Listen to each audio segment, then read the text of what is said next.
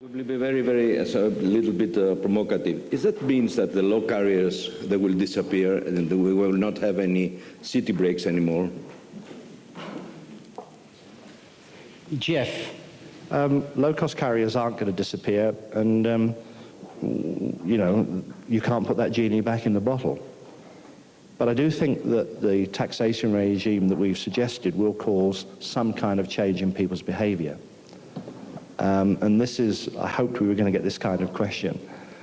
What our demand management proposals mean, in effect, is one long-haul holiday every 3 years, one trip to the continent of Europe by train year 2, and year 3 you pack granny and the kids into the small hybrid car you've hired and go to that idyllic country cottage somewhere in the UK.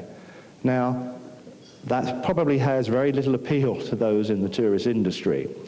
But the point that the gentleman at the back made about, you know, buying your croissants from the bakery around the corner, the point Jens about, you know, all of the transportation involved, these things have to change either a bit, a amount, or a lot.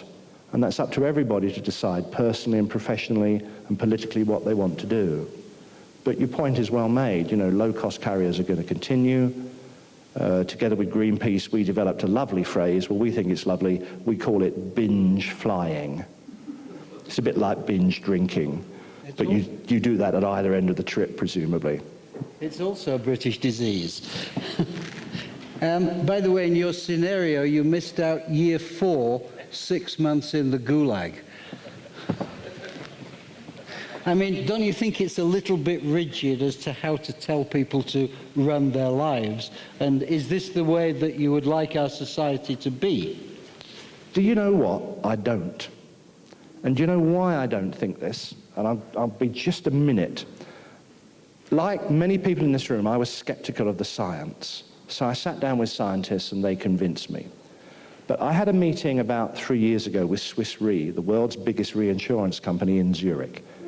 Very simple statement coming from me. If you don't believe, right, the world has financial and economic problems through the damage costs of climate change, go and speak to Swiss Re. They are actuaries. They are boring and dull. They are bookmakers. They are looking at 2050, 2060, 2075, 2100. What they say about the costs of climate change is you can't get your head around it. By 2075, the climate damage costs in Western Europe, according to Swiss Re, will exceed Western Europe's GDP. Okay. And at that point, you leave the room.